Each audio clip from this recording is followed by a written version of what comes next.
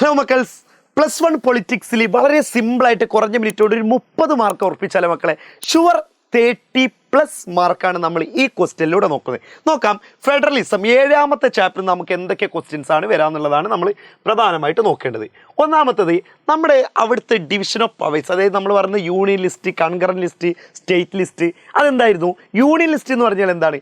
ഈ നമ്മുടെ പറയുന്ന കേന്ദ്ര ഗവൺമെൻറ്റിൻ്റെ അണ്ടറിൽ വരുന്നൊക്കെ യൂണിയൻ ലിസ്റ്റിൽ പെടും. എന്നാൽ സംസ്ഥാന ഗവൺമെൻറ് നോക്കുന്നപ്പോൾ പോലീസ്, അഗ്രികൾച്ചർ ഇതൊക്കെ ഏതിൽ പെടും? സ്റ്റേറ്റ് ലിസ്റ്റിൽ പെടും. ഇവ രണ്ടും കൂടി നോക്കുന്നുണ്ട് ഈ ഡിവോഴ്സ്, അതായത് മാരേജ്, അങ്ങനത്തെ എഡ്യൂക്കേഷൻ, ഈ കാര്യങ്ങളൊക്കെ കൺകറന്റ് ലിസ്റ്റിൽ വരും. ഇവിടുന്ന് എങ്ങനെയാണ് ക്വസ്റ്റ്യൻ എന്ന് വെച്ചാൽ കുറേ സംഭവം ഈ ലിസ്റ്റുകൾ പറഞ്ഞില്ല, ഇപ്പോൾ അതിങ്ങനെ തരും. എന്നിട്ട് പറയും നിങ്ങളോട് ഡിവൈഡ് ചെയ്യാം, union list, concurrent list, state list divide ചെയ്യാൻ വേണ്ടി കോളം തന്നിട്ട്.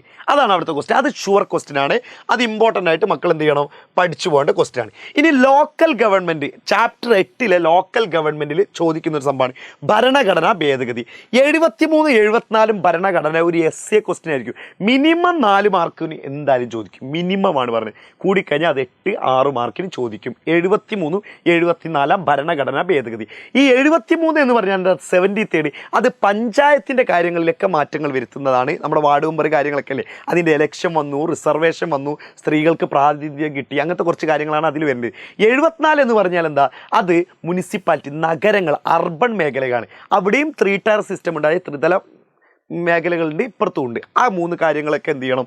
അതിൽ നോട്ട് ചെയ്ത് വെക്കണം. അപ്പോൾ ആ ചാപ്റ്റർ അതായല്ലോ. ഇനി 9ാമത്തെ ചാപ്റ്ററിലോട്ട് പോയി കഴിഞ്ഞാൽ എന്താണ് മെയിനായിട്ട് വരുന്നത്? ഇന്ത്യൻ ഭരണഘടന അമെൻമെൻറ്റ്, അതായത് ഭരണഘടന ഭേദഗതി വരുത്തുന്നതിന് നടപടിക്രമങ്ങൾ. നമുക്ക് പറഞ്ഞിട്ടില്ല 3-4 നടപടിക്രമങ്ങൾ എന്തൊക്കെയാണ്? സിമ്പിൾ മെജോറിറ്റി, അങ്ങനത്തെ കുറച്ച് കാര്യങ്ങൾ. അതൊക്കെ എന്ത് ചെയ്യണം? നോട്ട് ചെയ്ത് വെക്കണം. അത് ഇമ്പോർട്ടൻ്റ് ആണ്. അപ്പോൾ മക്കളെ 30 മാർക്ക് സിമ്പിളായിട്ട് വാങ്ങാൻ പറ്റുകയാണ്.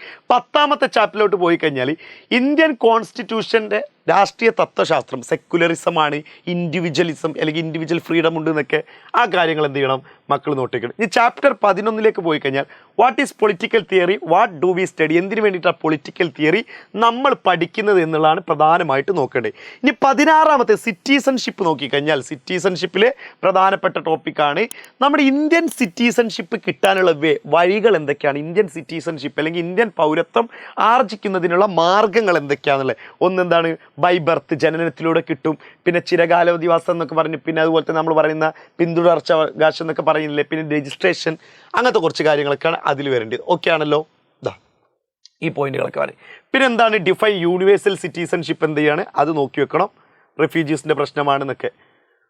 ഓക്കെ, ഇനി ഗ്ലോബൽ സിറ്റിസൺഷിപ്പ് നോക്കിയാൽ പിന്നെ നാഷണാലിസം, ദേശീയത നോക്കുന്നത് ഇന്ത്യൻ നാഷണാലിസത്തെ എഫക്റ്റ് ചെയ്യുന്ന അല്ലെങ്കിൽ സ്വാധീനിക്കുന്ന ഘടകങ്ങൾ എന്തൊക്കെയാണ്? ഇന്ത്യൻ നാഷണാലിസത്തെ സ്വാധീനിക്കുന്ന ഘടകങ്ങൾ എന്തൊക്കെയാണ്? നമ്മൾ പറഞ്ഞില്ലേ ഹിസ്റ്ററി, അങ്ങനത്തെ കുറച്ച് കാര്യങ്ങളിൽ ഇതാ ചരിത്രം, territory, common belief, common political ideas, common political identity, ഈ കാര്യങ്ങളൊക്കെയാണ് എന്ത് ചെയ്യേണ്ടത്? മക്കൾ നോട്ട് ചെയ്ത് വെക്കേണ്ടത്. പിന്നെ നമ്മൾ നോക്കേണ്ടത് അപ്പോൾ ഇതിൻ്റെയൊക്കെ ഓരോ ഡെഫിനിഷനും കാര്യങ്ങളൊക്കെയാണ്. ഈ സെക്കുലറിസത്തിൽ നോക്കേണ്ടത് ഇന്ത്യൻ മതേതരത്വവും ഇന്ത്യൻ സെക്കുലറിസവും വെസ്റ്റേൺ സെക്കുലറിസം തമ്മിലുള്ള വ്യത്യാസം. അത് നിർബന്ധമായിട്ട് പഠിക്കണം മക്കളെ. 4 മാർക്കിന് ഷുവർ ക്വസ്റ്റ്യൻ ആണ്. ചിലപ്പം എസ്എയും വരാം.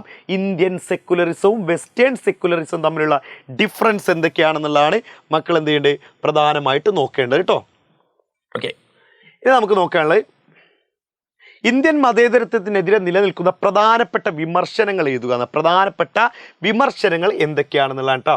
അത് നോക്കി വെക്കണം. ആൻറ്റി റിലീജിയസ് ആണ്, വെസ്റ്റേൺ ഇമ്പാക്റ്റ്, പിന്നെ ഇൻ്റർവെൻഷനിസ്റ്റ്, വോട്ട് ബാങ്ക് പോളിസി, മൈനോറിറ്റി, ഈ കാര്യങ്ങൾ എന്ത് ചെയ്യണം? മക്കൾ നോക്കി വെക്കണം. ഇനി 19ാമത്തെ ചാപ്റ്റർ സമാധാനം എന്ന് പറഞ്ഞാൽ സ്ട്രക്ചറൽ വയലൻസ്, അതായത് സമാധാനപരമായ ഘടനാപരമായ ഹിംസ വിശകലനം ചെയ്യുക. പാട്രിയാർക്കി, അങ്ങനത്തെ കുറച്ച് കാര്യങ്ങൾ, കാസ്റ്റ് സിസ്റ്റം, ആ പോയിന്റുകളാണ് അതിൽ വരേണ്ടത് കേട്ടോ.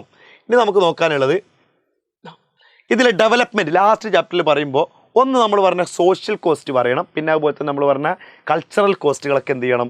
അതിൽ നോട്ട് ചെയ്ത് വെക്കണം കേട്ടോ. എൻവിയോൺമെൻറ്റൽ കോസ്റ്റ്, ഈ കാര്യങ്ങളൊക്കെയാണ് അതിൽ വരേണ്ട പോയിന്റുകൾ. അപ്പോൾ ഇത്രയാണ് നമുക്ക് ഇതിൽ പഠിച്ചു കഴിഞ്ഞാൽ മക്കൾ ഒരു 30+ മാർക്ക് ഷുവറായിട്ടും കിട്ടുന്നതാണ്. 35 മാർക്കൊക്കെ എന്തായാലും ഇത്രയും പഠിച്ചു കഴിഞ്ഞാൽ ഷുവറായിട്ട് മക്കൾ കിട്ടും. നന്നായിട്ട് പഠിക്കുക, സെറ്റായിരിക്കുക, ഹാപ്പി ആയിരിക്കുക. Thank you.